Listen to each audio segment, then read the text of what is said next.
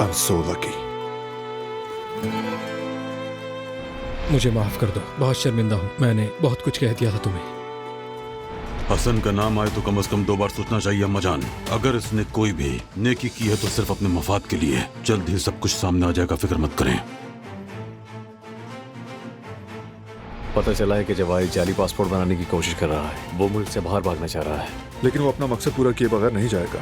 वो हर चीज प्लानिंग से करता है, हमेशा हमसे एक कदम आगे। जब तक उसे पकड़ न लूं, मैं पीछे नहीं हटूंगा। गिज़ैन,